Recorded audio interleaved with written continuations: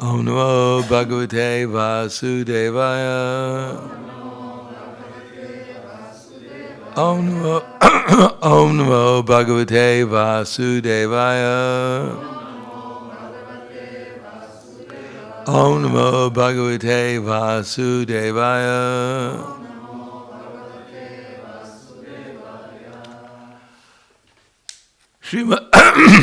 Srimad Bhagavatam, Canto 1, Chapter 8, Prayers by Queen Kunti, text number 10.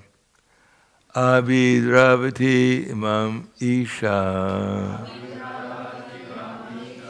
Sharas Tapasya Isho Vivo Kamam Dadatu Mamnata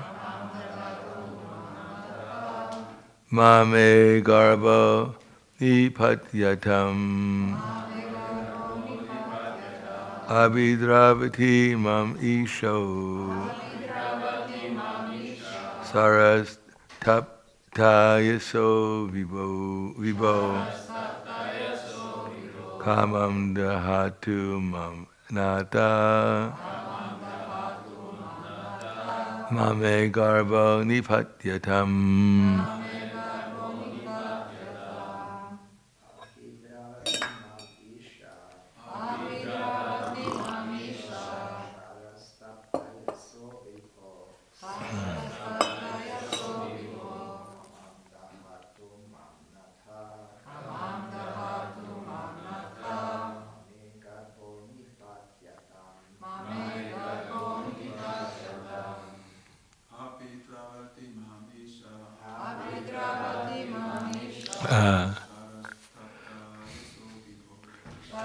Saptasya so vivo Kamam Dadhatu Mamvita Me Garbo Nipatyatam. Ladies.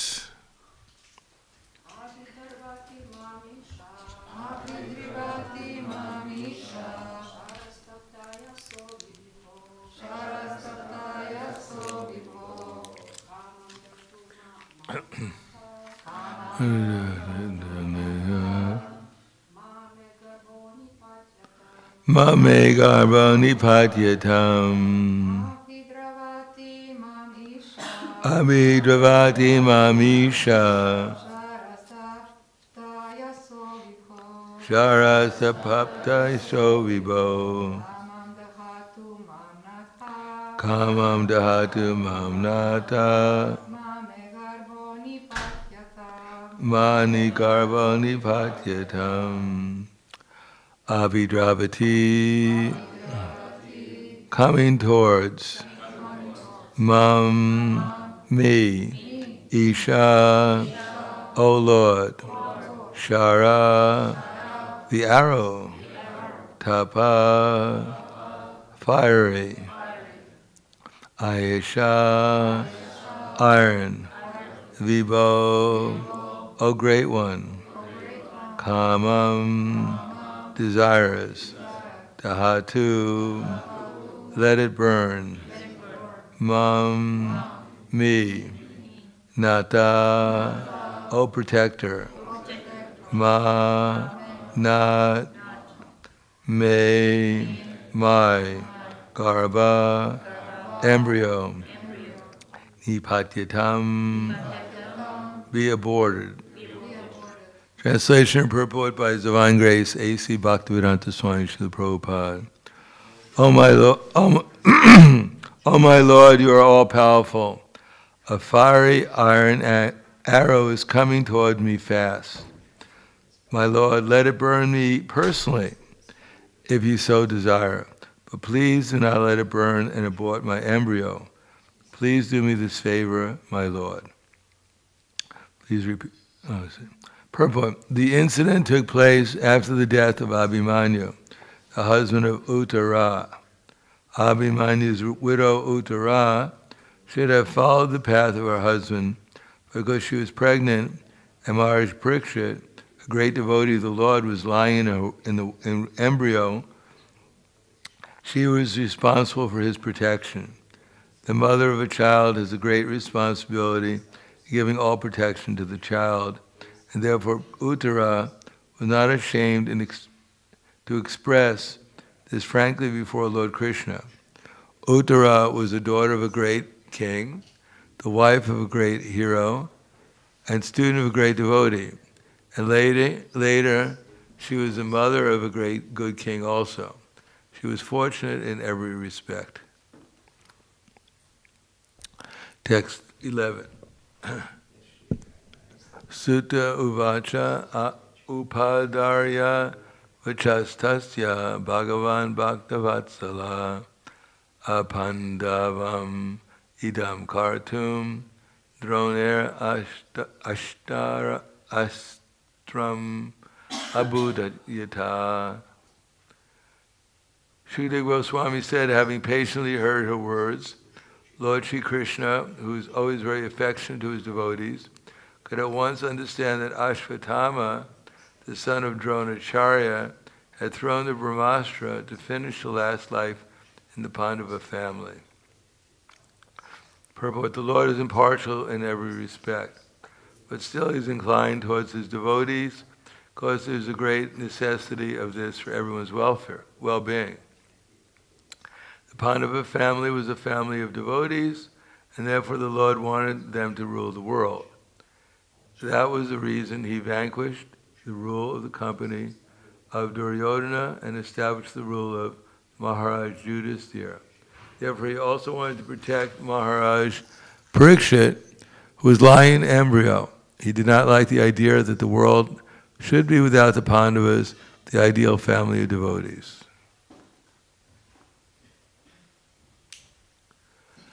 Namo Vishnu Vraya Krishna Prasthaya Bhutale Srimate Bhaktivedanta Swami Namane Namaste Saraswati Deve Gauravani Pracharane Nirvishesha Srinivadi Paskadyade Sadarane. The battle of Kurukshetra was a battle in which at least tens of millions, if not hundreds of millions of people were killed. And it was all arranged by Krishna. The whole idea was to establish Maharaj Yudhisthira on the throne. And that was because Maharaj Yudhisthira was a devotee of Krishna. And without someone leading the society, the country, or the family, or whatever, who's a devotee of Krishna, then everything will become degraded. Degraded in the sense that Dronacharya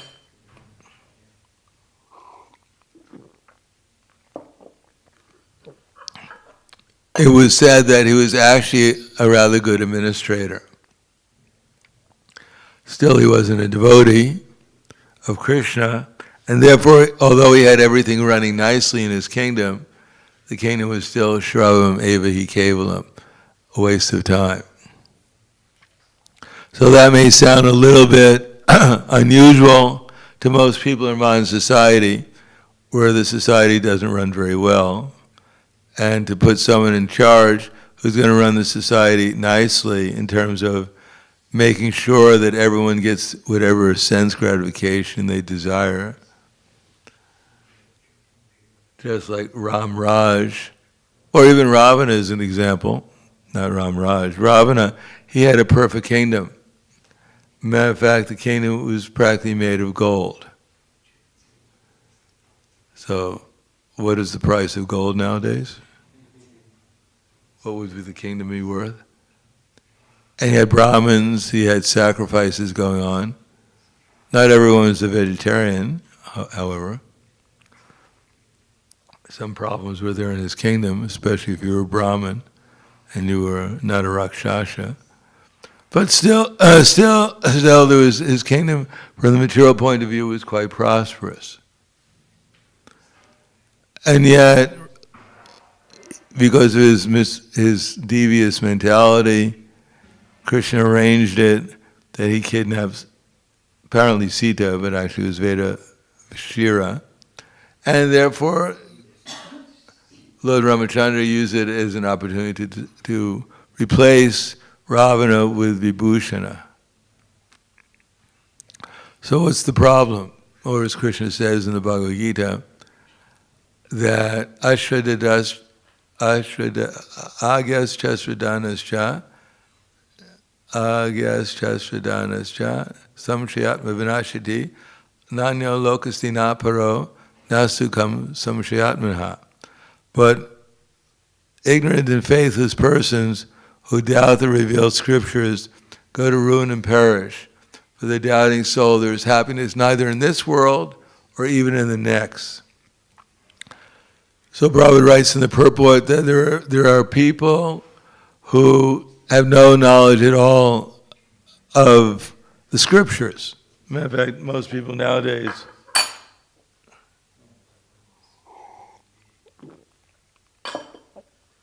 even if they declare themselves a member of religion, just like the Catholic Church, may claim that they have 1,300,000,000 followers, members of their church. But the question is, how many of them have even read the Bible? And even if they read the Bible, how many of them even believe in the Bible? Or how many of them can even remember what the Bible said? It's like we have devotees in our movement, they say, well, I read the Bhagavad Gita. They have no idea what's in the Bhagavad Gita. They've forgotten about it a long time ago, and yet they claim they read the Bhagavad Gita. Prabhupada gives the example that an elephant eats this much, and then when he goes to the bathroom, he passes that much stool. So there's no real gain. He's eating a lot, but he's not gaining anything. The idea is if you eat, then you should gain something, some energy, something. Now, if we read something and we don't remember anything, then what was the value of our reading? Probably not very much. So one may profess to be a member of a religious community, but if he doesn't even know what the scripture is, then what is the value of reading the scripture or anything? And even if one remembers, but if you don't believe in any of it, then what's the value? If you think the Bible is just a fairy tale, or the Bhagavad Gita is a fairy tale, or the Srimad Bhagavatam is just a myth, as practically 99% of the people in the world believe. Even you study a Vedic science, and you think the whole thing is just mythology, that Rahu doesn't really exist, Ketu doesn't exist, the demigods don't exist, it's just symbolism. You may gain some knowledge, but it's going to be superficial. And even if you believe in the Vedas, even if you believe in your scripture, but you don't apply it in your life, then also it's useless. And even if you apply it within your life, but you don't know what the end of it is, what the goal of it is, what the reason for it is, then it's just also one is considered to be faithless. In other words, without applying anything within one's life, then there's no experience. There's no factual understanding of what's being said because there's no experience of it. You may read about how to play tennis. You may know every single detail of how to play tennis. If the ball comes here, then you hit it over there, etc., etc. But if you never play tennis, then all your knowledge is just useless. Similarly, without applying without hearing scripture, without remembering it, without believing in it, without applying it within one's life, there's no real value to anything that we're doing. It may help us pass the time. As a matter of fact, people are mostly spending their time, wasting their time in things that they don't really experience, they don't really gain any information, but they claim they're a fan of. Like one man came to Prabhupada and said, Swamiji, can you tell me about Buddhism? And Prabhupada said, are you a Buddhist? And the man said, no. He said, do you study Buddhism? And the man said, no. He said, well, at least go and study Buddhism. Then you can come back and ask them questions. Become a Buddhist, then you can ask a question about Buddhism. Otherwise, you're just wasting our time here.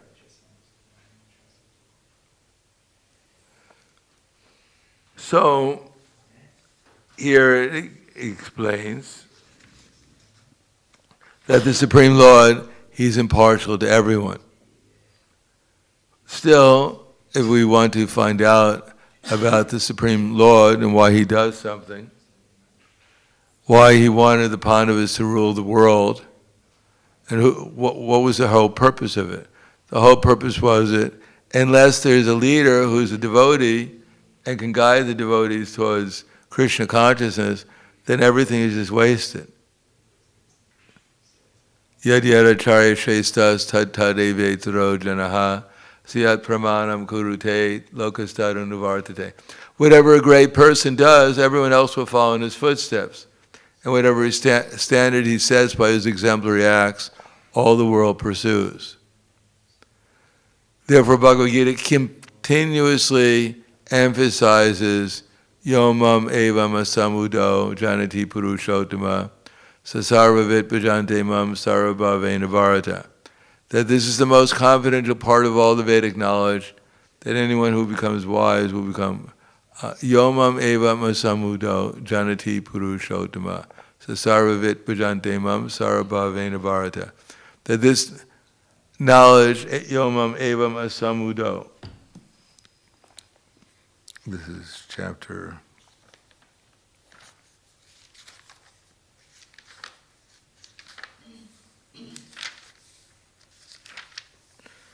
Whoever knows me as the Supreme Personality of Godhead is said to be the knower of everything, and therefore he engages himself in full devotional service. O son of Bharata. Iti guyatma shastram idam yuktva maya naga etam bhutva buddhimatsyat krita kritascha Bharata. That this is the most confidential part of all the Vedic knowledge, that anyone who knows this becomes bhutva, becomes wise, and his endeavors will know perfection. So we have to judge things accordingly. Otherwise, we may become enamored by someone or something and think that this is good. It may be relatively good compared to something else which is worse. Prabhupada gives the example of wet stool and dry stool. That in India, when people pass stool in the fields, there's a debate going on whether wet stool is better than dry stool or dry stool is better than wet stool.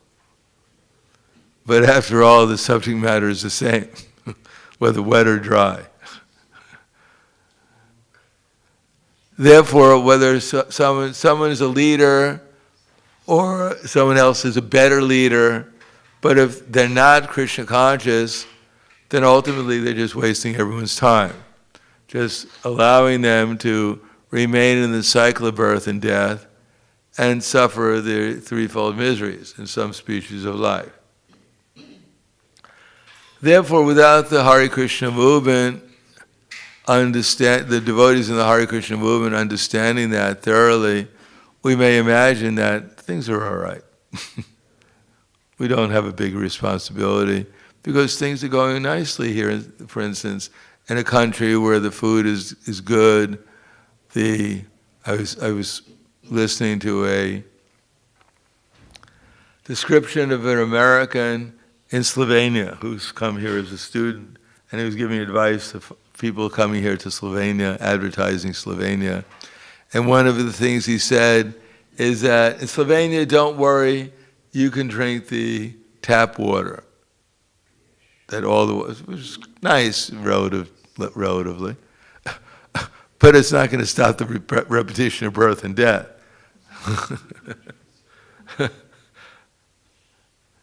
You may die a few years later, but after all, dying a few years later for someone who's engaged in sinful activities is not an advantage.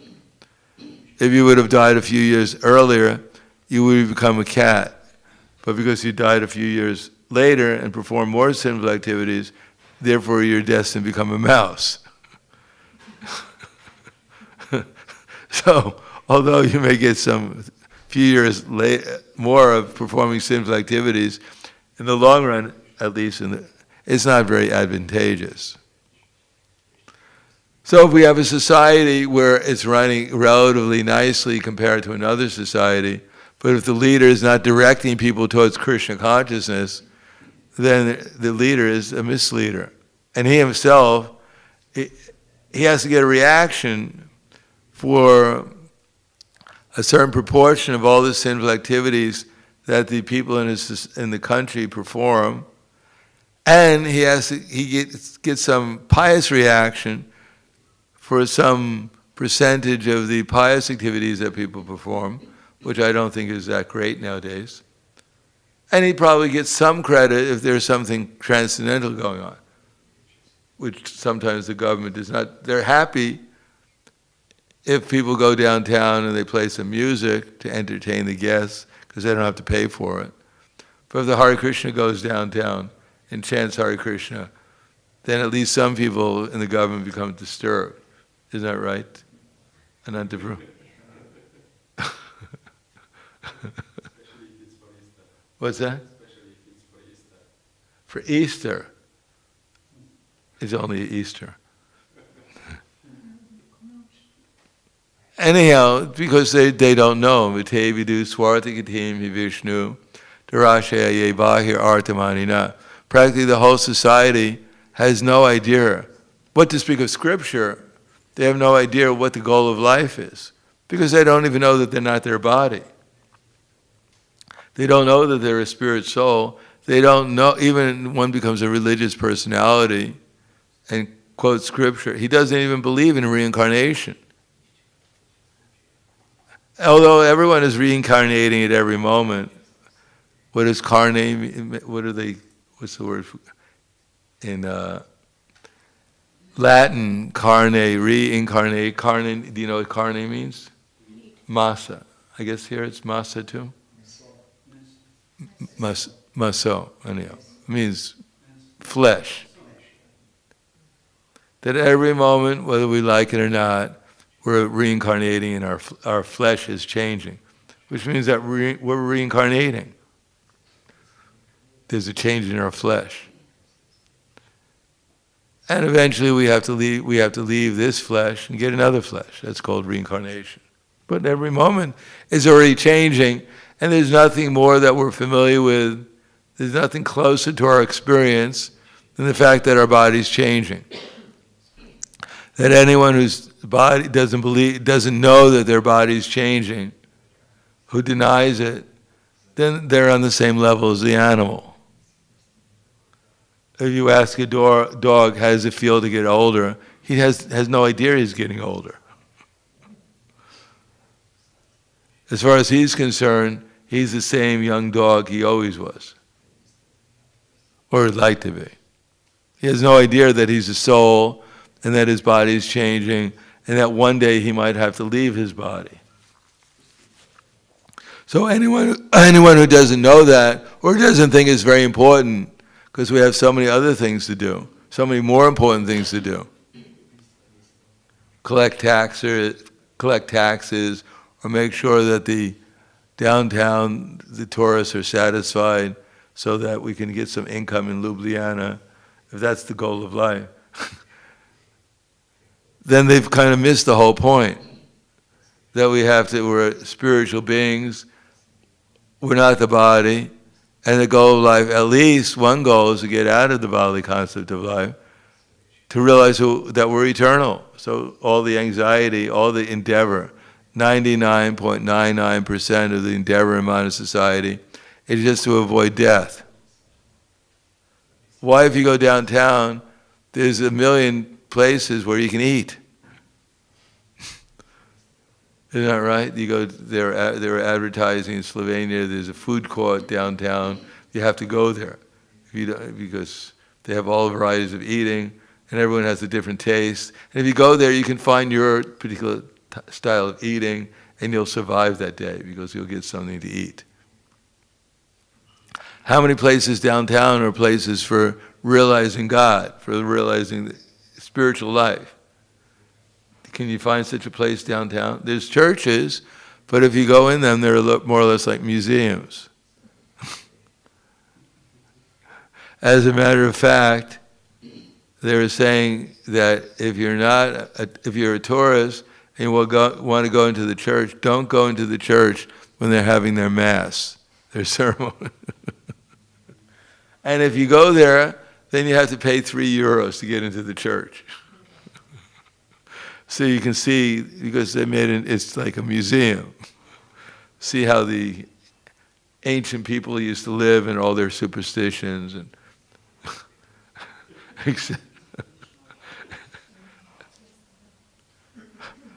But if you go downtown, there's so many people selling things and food especially, because that's what people want to do. They just want to eat. And they need a place to sleep, so there's plenty of hotels in Ljubljana. And if there's an opportunity to mate, then you get some special credit. And as far as defending, I think people appreciate Europe because there's hardly any presence of police on the street, except when the Hare Krishnas are chanting.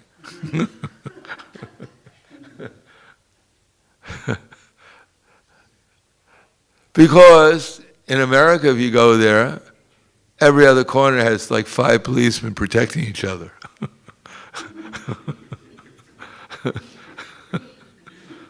Yeah, literally, if you walk down the street, the police walk down the street, they're walking down like it's a Harinam party or something. Because they have to protect each other. The citizens, they don't protect. They got to protect each other. They have no time to protect the citizens. But here, it's not like that. Generally speaking, people feel more safe, therefore they like to come and visit as tourists. And even we walk outside, relatively speaking, there's not so much fear and anxiety. So it's a nice place, but everyone dies here anyhow. Someone may not come and attack us, but old age, disease, and death are attacking us at every moment, and then having to take birth again. Therefore, although Krishna is equal to everyone, he's especially, because the material world is a place of learning. It's supposed to teach us that this is not a sane place to live in. But the ultimate goal is actually taught by the devotees, how to get out of the miserable world entirely, not temporarily alleviate our problems. And therefore Krishna is especially concerned that some leader in any group, in the family, in the society, in the city, in the country, in the world, is actually giving people proper information how to solve their real problems of life, the most important problems of life. And therefore, because Krishna is kind and he loves everyone, he wants the best for everyone, he wanted to make sure that Yudhisthira Maharaj became the king rather than Duryodhana. And therefore he's willing to arrange a battlefield like Kurukshetra and sacrifice so many people. Of course, they got sacrificed, but they were also benefited because it was a just war. It was a religious war to install Yudhisthira Maharaj on the throne, who could give the society direction, proper direction. Of course, we can appreciate that Yudhisthira Maharaj, or the Pandavas, their Ashvatthama, who's probably one of the greatest criminals in the Srimad Bhagavatam, because even he wanted to kill the last Pandava. Krishna went through so much trouble to put a devotee on the throne, and then Ashvatthama, even against a demon like Duryodhana, He wanted to kill the Pandava, who would be the next devotee, who would be the king, the emperor of the world.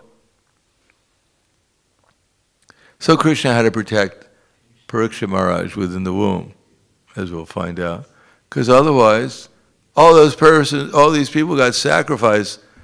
At least they had to leave their bodies because of the battle of Kurukshetra to install Yudhisthira Maharaj on the throne. And then one of the last crazy people on the battlefield, Ashvatthama, is going to kill the last hope of this world. So therefore Krishna will protect Parikshit Maharaj, and Krishna will protect us too. That's the real thing if we're trying to spread Krishna consciousness, then Krishna will protect us. Even were Jatayu, it's not that he'll protect his body. He's not protecting any of our bodies. In one sense, in the ultimate sense, because we become a devotee, we don't start growing younger. If you might notice, you still start, even when we chant Hare Krishna, every day our body never grows younger. Still, every time we go home, if we have a birthday party and they put the candles on the cake, there's one more candle to be put on.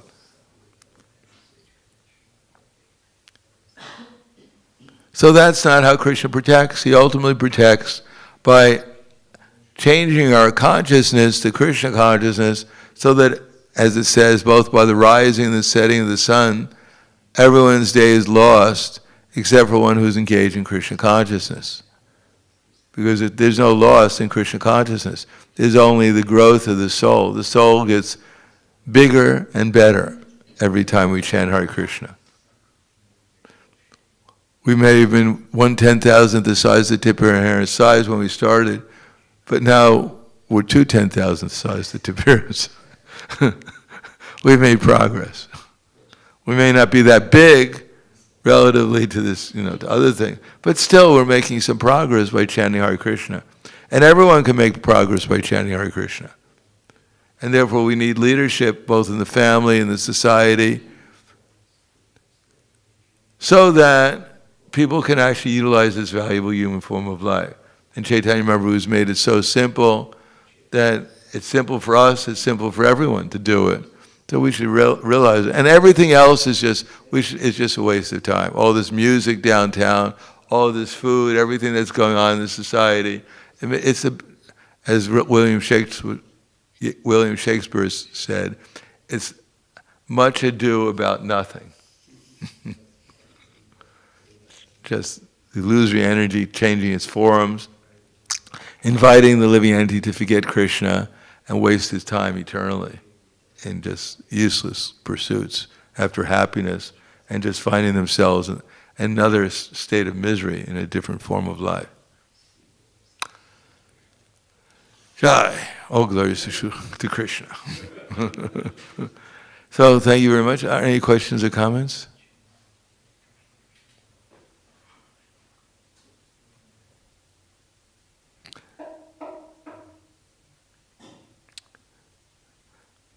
Therefore, when Chaitanya Mahaprabhu was told that he can't chant Hare Krishna, and the Kazi even came and broke the drums, then Chaitanya Mahaprabhu didn't say, well, I'm the head of law and order in the universe, you got to follow the authority. Forget it, let's all just go home and take some prasadam and watch a video about Krishna. No, he organized a mass Sankirtan movement.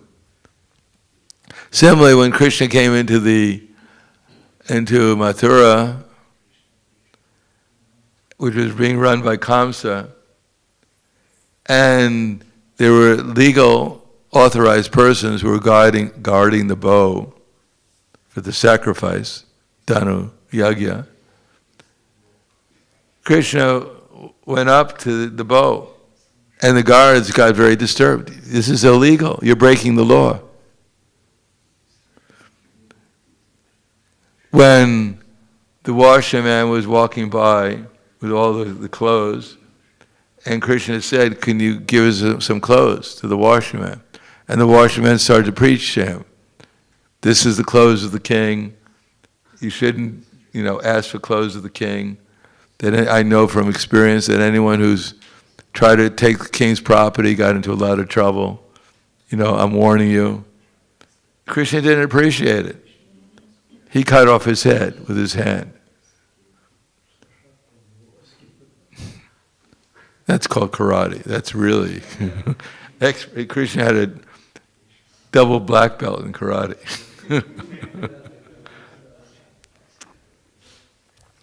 And what was it said at the end? Krishna didn't care about the law and order of Kamsa. Now, Krishna and Chaitanya Mahaprabhu, they were all Krishna is all powerful.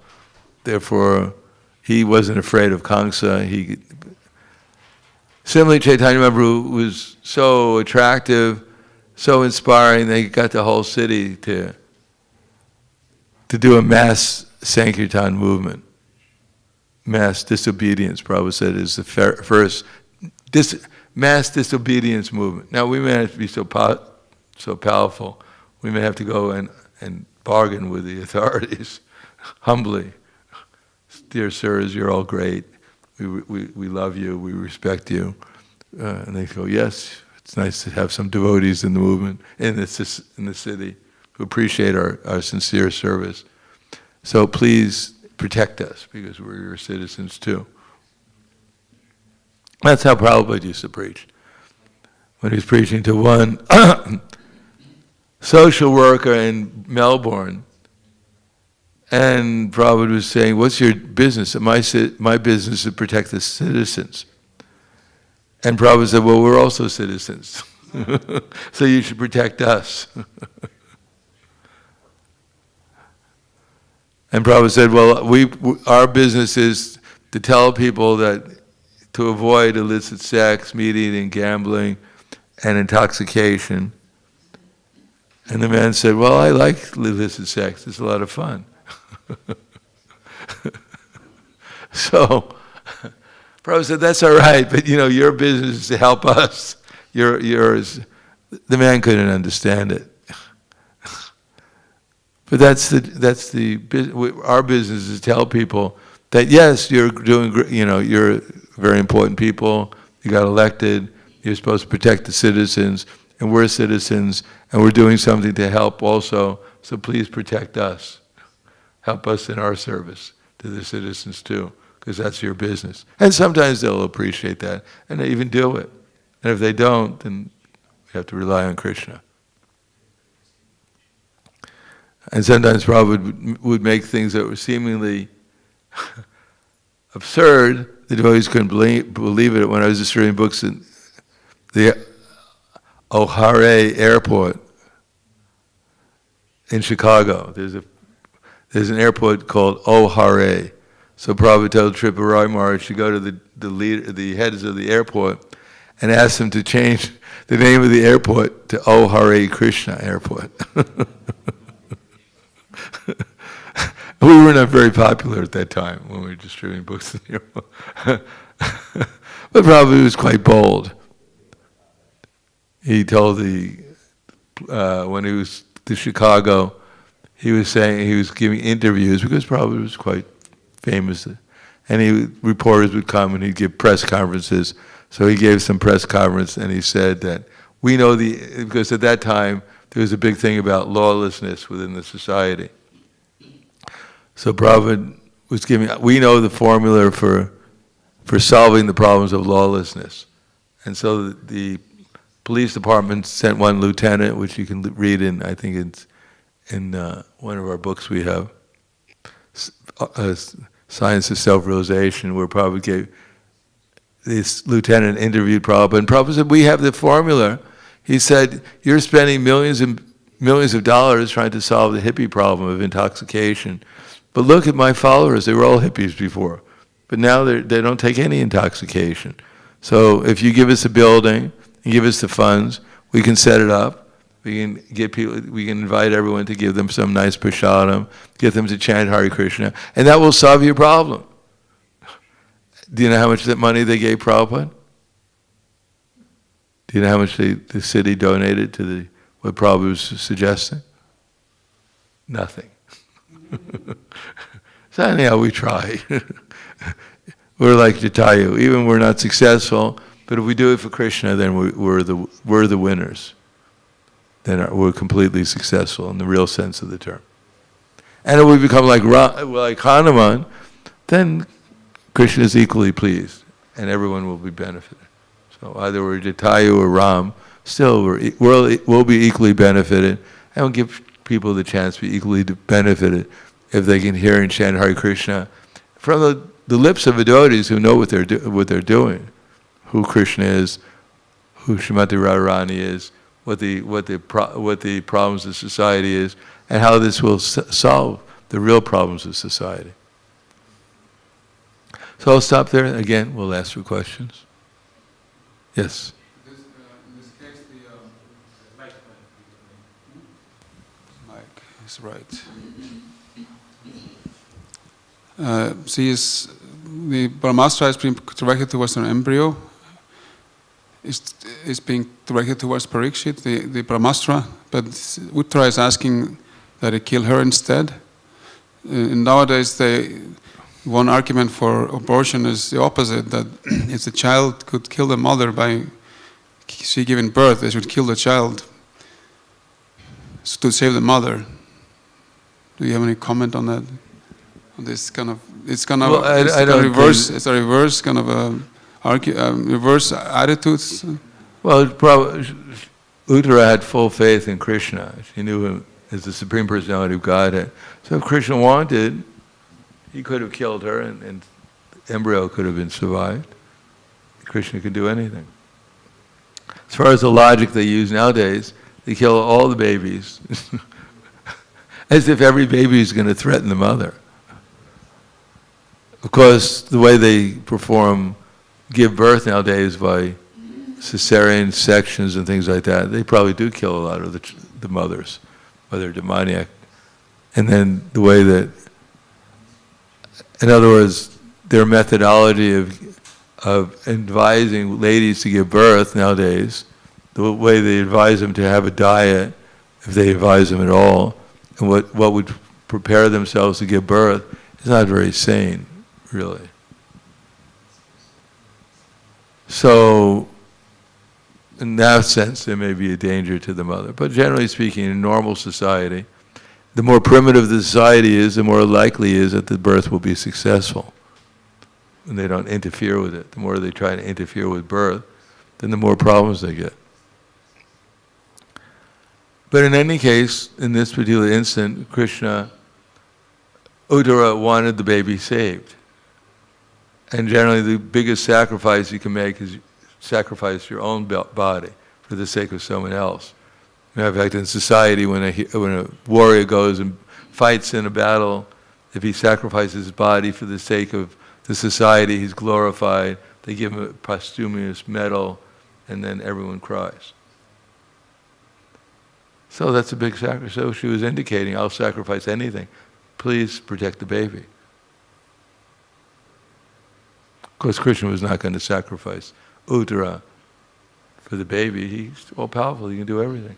Vasudeva Dat wanted Krishna, he wanted to take all the sins of the universe on his head in order that the conditioned souls can all become purified and go back to Godhead, and he'd stay here forever suffering the sins of the reactions of everyone, because he was so compassionate. But Krishna told Vasudeva Dat, or Chaitanya Mahaprabhu told him, that there's no need for that because Krishna is all-powerful. That he can take away all the sins if that's your desire of the whole universe. They could all go back to Godhead, but you won't have to suffer at all because Krishna is so kind and so powerful. So Uttara knew that. Anything else? Wala Grantaraj Srimad Bhagavatam Ki Jai, Srila Prabhupada Ki Jai, Gaur Premanande.